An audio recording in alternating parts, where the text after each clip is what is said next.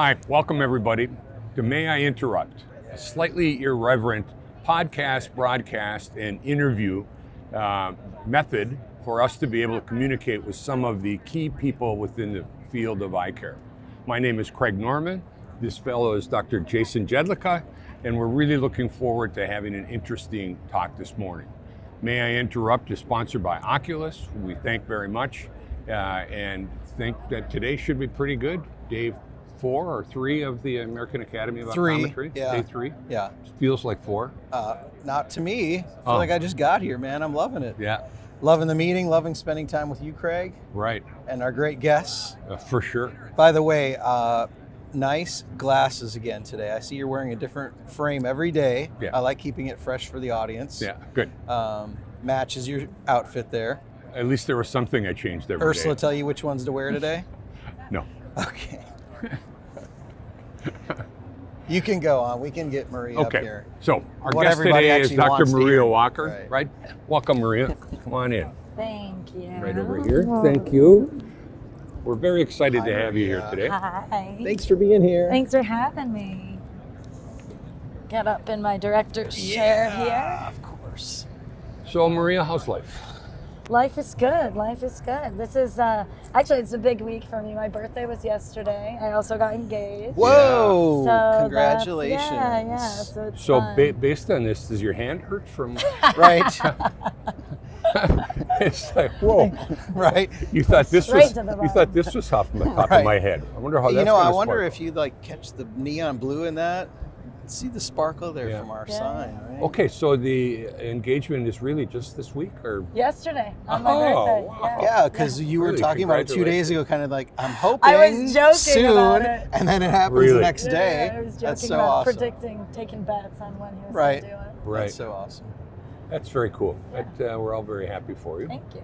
Thank you. So, Maria, we know you as a contact lens fitter par excellence, along with other things. So, tell me what's going on in contact lenses with you. So I'm doing, I also finished my PhD this year, so I guess my year is a good one. So my PhD work, as You should try to you know, accomplish a little more. Right. as you know, it's I did my PhD on scleral lenses, so that's kind of my niche. But I actually have a wet lab now, so great. I'm in the process of incubating and refrigerating and doing cell cultures and all the basic science stuff. So one of the projects that we're working on, so I'm kind of focusing on keratoconus and the different lenses and the different inflammatory impacts of the different types of lenses on the disease progression, because we know with keratoconus there's a stronger and stronger inflammatory component that we're starting to understand. So that's kind of my niche, and like how we can use scleral lenses to learn about the disease, but also in the future, like long-term, like use therapeutics and actually use the device. So I'm really into the therapeutic use of a scleral lens. Like, okay, now we know a little bit about what's in the fluid reservoir. Some of it we like, some of it we don't like. But now it's like, okay, well, let's capitalize on this, fluid reservoir that can be used as a depot for medications and that sort of thing. So that's kind of my space. I still do some myopia stuff. I'm an investigator on the Blink study, so I'm super interested in the combination treatment of contact lenses with different therapeutics. So have that a little, I would say that's my half a day a week. I kind of get my feet wet on that a little bit. But. So we failed to mention you're from University of Houston, right? Yes. And of course, there's a lot of cool stuff that's going on there. I think what's happened with the program, but more particularly in research over the last few years, is really incredible. Yeah, I agree. That my understanding is they're the only college in the country that has a lathe, right? I don't know. You guys have a We lathe? have a huh? lathe. You make your own lenses? I know we have one. I don't know if we're the only ones. Yeah, we have a I didn't know lathe. that either. You don't That's have a great. lathe yet? No. We'll have Well, to now stop that I by- can actually we'll make have a to stop scleral by lens. Well, some put it point. this way, Right. you have to have somebody who knows how to work a lathe. Right. Right. in order Yeah, for that's it to be the useful. problem, right? We have. So Jason Marsack has a lathe. Yeah. And actually, we're probably getting another lathe. We just recruited Young Yoon, Yeah, I heard who's that. a big guy, Right. up in Rochester. And so he's doing wavefront and keratoconus, adaptation to the wavefront guided. So yeah, we make wavefront guided lenses. And yeah, so we make them in-house for patients, and then, but not all the lenses. We work, I would say that's a small percentage of what we do. It's rather involved, but we have it, and Jason uses it for his clinical studies as well. So. Yeah, even though these are highly automated, machines today, it's still a lot of know-how that goes into right. to make You've them got work. the software and the CAD program and the design, because he's designing his own lenses and parameters. So lots of this with your Zen stuff. But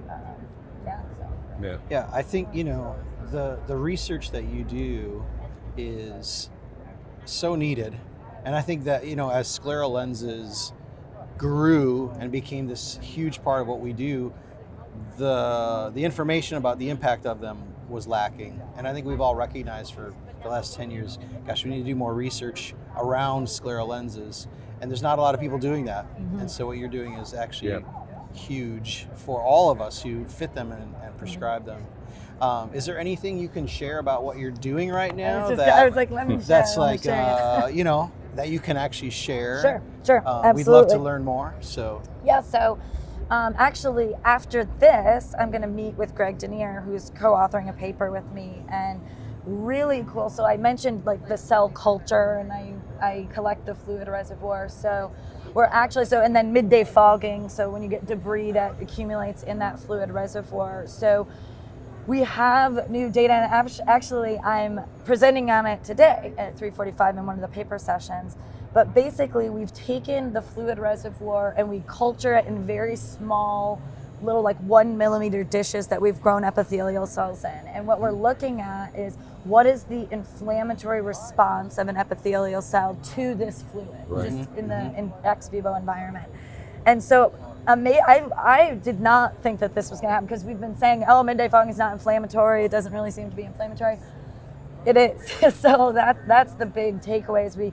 We culture the cells with this fluid, and then we look at mRNA and translation. So if you remember, translation, transcription.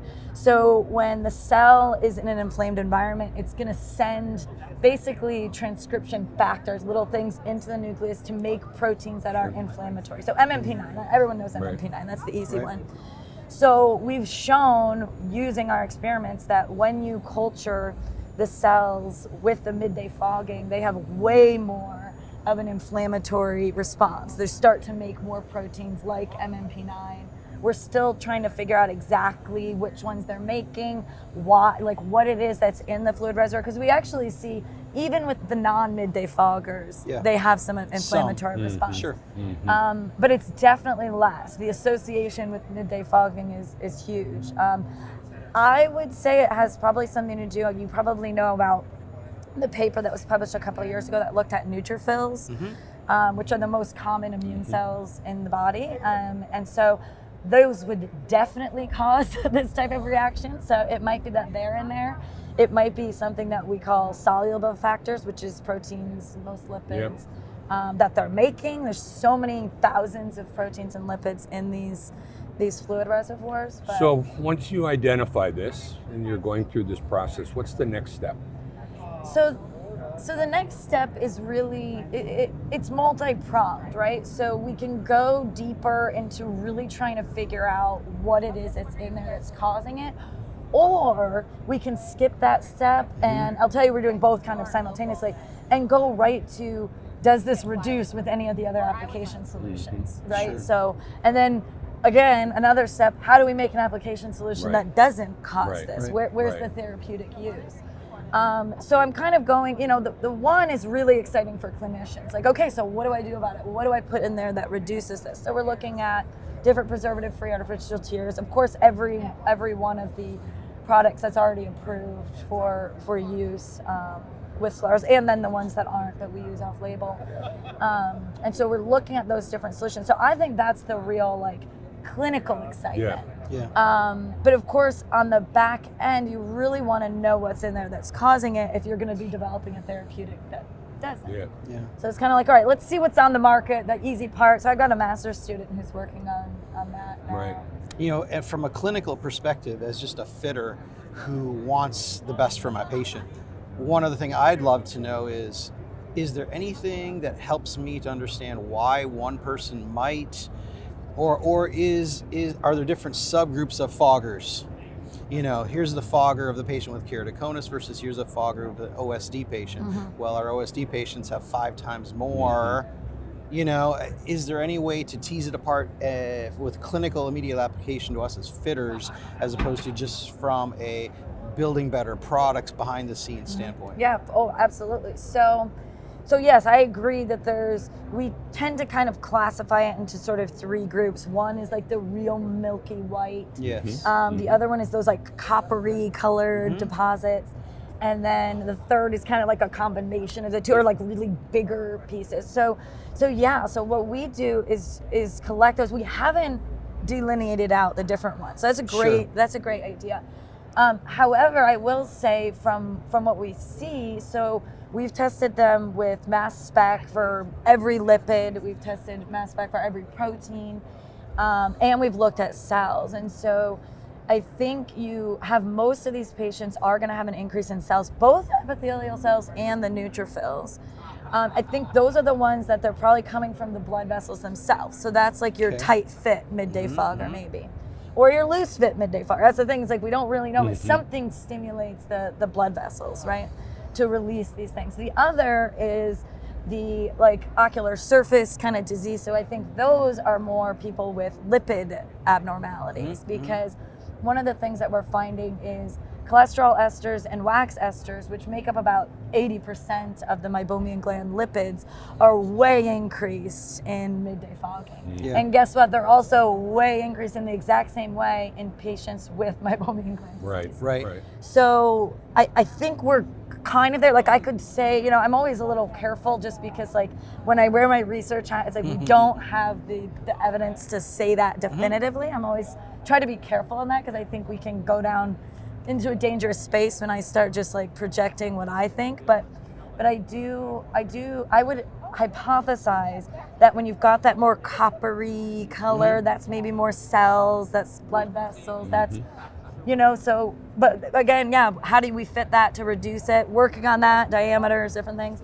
And then there's the meibomian gland ocular surface disease fogging, where go after the, like manage the lids. But wow, that's I some think, interesting stuff. I think again, being naive and not being like a dry eye guru, I think I just take for granted some things. Like, well, don't we all secrete the same stuff out of our meibomian glands? Isn't all meibum the same? Is it? Probably not. Probably there's a huge range of what's secreted, and is that modifiable too? And so are there other therapies I can treat my patient with that will reduce their fogging, other than trying to fix the fit somehow or fill it with something? Can I put my patient on some type of modification treatment that will actually impact their midday fogging from a pill they take or a drop they use or something separate? Yeah, so I always have a conversation. There's a guy who's really like a neutrophil expert, and he said, have you ever tried using mast cell stabilizers on these guys? I said, nope. And he said, well, if you use mast cell stabilizer, you should reduce the recruitment of neutrophils in the first place. Yeah. So looking at that, I have patients who I will off-label put on allergy medications, and certainly, as we're learning more about the meibomian gland, therapeutics and kind of what they're actually attacking, I think, we'll get there, I think, but there's a lot of steps along the way. For sure. And and again, probably not enough people looking at it. Right. I mean, what you're doing is great, but we could use 5 of you, 10 of you out there doing the same thing from taking other angles. Because again, I start thinking about how many different types of patients and types of fits you get with scleral lenses, and all the things that are hard to control. And you just need a volume of patients to be able to tease this stuff out. And can you get that, just being by yourself or one person? No. So we could use more help. So there we go. This is the somebody collaborate with me. industry to give more money for scleral research, right? That's right. Let's get that second lathe financed. There we go. Wow, that's fantastic. It really is. That the way scleral lens fitting is becoming sophisticated compared to 10 years ago. It's amazing, right? Yeah. Is there anything else, maybe not even in your own research, but just scleral lens, research hypothesis. I mean, there's all sorts of stuff like this whole IOP thing and whatever. What else? What do you see out there when you look at what's being done with scleral research from other people that you find interesting or thought-provoking, or that needs more follow-up on? Yeah, so one area that I'm not really involved in, but I'm very interested in, is the like optics and these like wavefront guided lenses where you're correcting these higher order aberrations. And not only that, but like how does the brain and the neurology, because we know with keratoconus or with anything, you adapt to what you have. So when we first put these patients in some of these very sophisticated optics designs, their brain doesn't always, we don't know. Some of them do fine, some of them it takes a couple of days, some of them they can't Sure. adjust. So kind of how we can advance the optics and some of that stuff, which I don't do, but I'm always interested in how that works, especially because keratoconus is those are 95% of my patients. Right. So, helping them. So I think, the optics stuff, the IOP stuff I think is, I study it a lot, but I don't worry. I always start my lectures saying, like, I have never taken a patient out of scleral lenses because of an increase in IOP. Right. So that's like a whole nother talk. I think it's interesting. I actually have a PhD student now who's looking at IOP and following optic nerve changes in keratoconus and glaucoma patients wearing sclerals. So I think, I don't think that's as big of a deal as people make it out to be sometimes, but it's like, if it's one person who you're worsening their disease, it needs one to be out of 100. right. It's still one. a significant condition. Well, and it can be, there's always like towing this line of different specialties of like, we need to, if we don't know what's going on with these, patients won't trust us, other professionals won't trust us, Right. So I think the more we can, not say, oh, whatever, and like look and say, let's, even if we get a, no result, that's Right. a good result, Well, I think related to IOP especially, because there were some major leaps that people were making in the beginning related to elevated pressure and sclerals, right? Right. And now to sort that out, to find out, even if so, what does it mean, right? Right. Yeah. Right.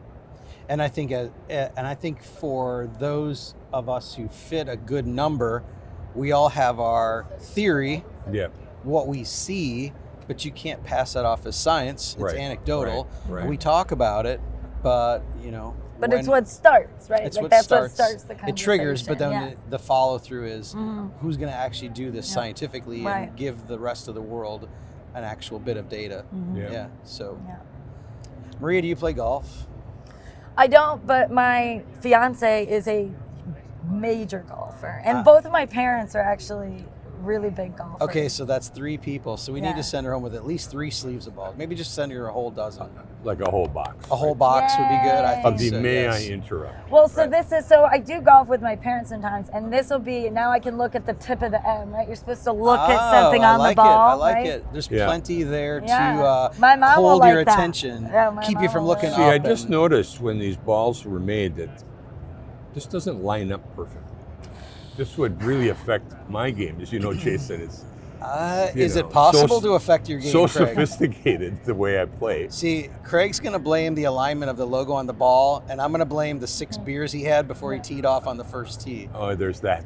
Yeah, I think that might be a little more likely. I like beer golf. Right, There's no right. doubt. There's no doubt. And I about it. imagine, Golf, I love it, if you right. want to keep your beer cold, Exactly. may I interrupt? Thermos would be the way to go as See, well. we will know that we've accomplished something someday when you're playing golf somewhere in Indiana, Right. and you go in the woods to find your And ball, there's a may and I you interrupt find one of ball. these instead, For right? sure, it's That's going to happen. right, You know that's it's going to right. happen, and people are going to be like, "What is this? May I interrupt about?"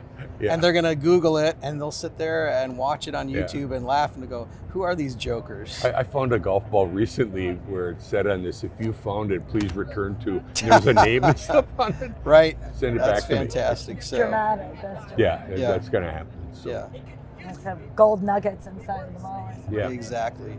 So as we start to bring this to a close, can you give us any other peek into what you think is going to happen in the future of specialty contact lenses? Although you've shared a ton already, we're saying we want more. Yeah. So, I think with this whole myopia management, and I think that certainly with sclerals, I think we'll see that maybe maybe start using those with some of the patients a little bit more.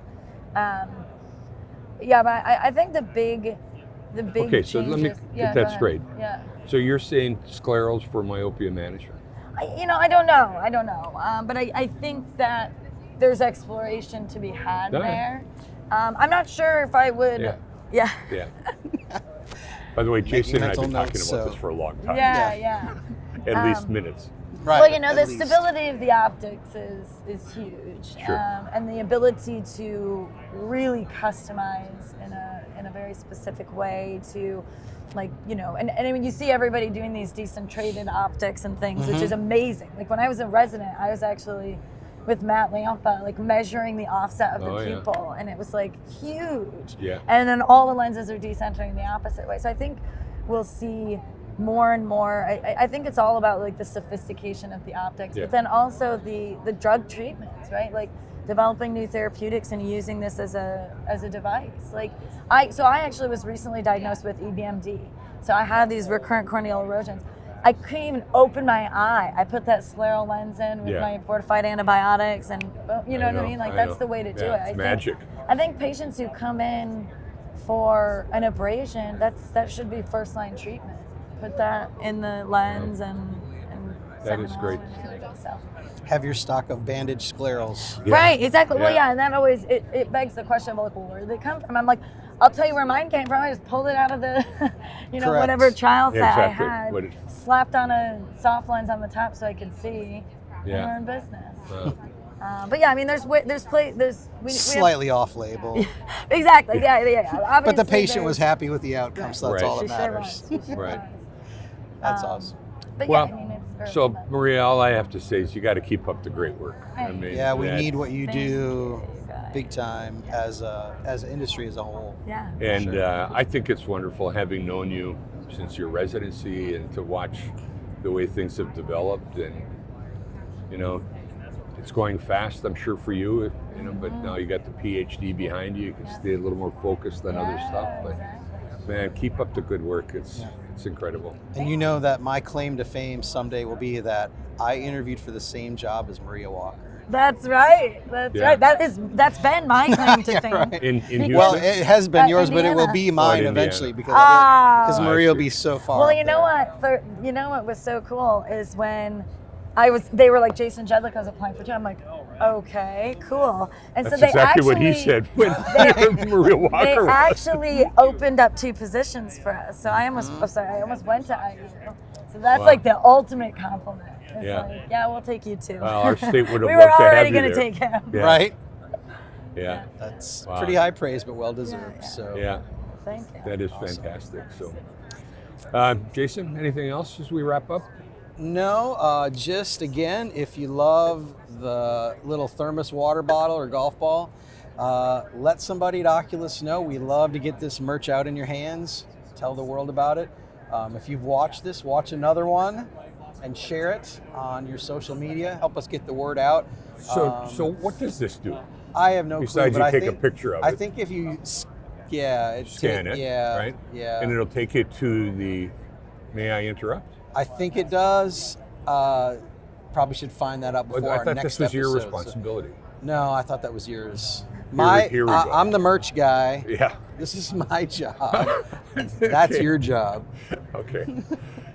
No matter what, at least scan this. Okay, we'll figure out later where you're going. Or if one of you scan it, why don't you send me an email and let me know exactly what happens? That would Right. be Tell terrific. Craig what happened. Terrific as well. Maria, thank you. Thank you, Thank you, guys. Maria. And again, Yeah. congratulations you. on everything you've accomplished this year. Thank you. You know, especially that boulder that's on your left Right. hand. Right. Thank you. Yeah. Thank you. Everybody, thank you so much for listening to this episode of May I Interrupt. Please continue to watch future episodes as we are broadcasting from the American Academy of Optometry. Thanks, everybody. Thank you. Take care. Bye.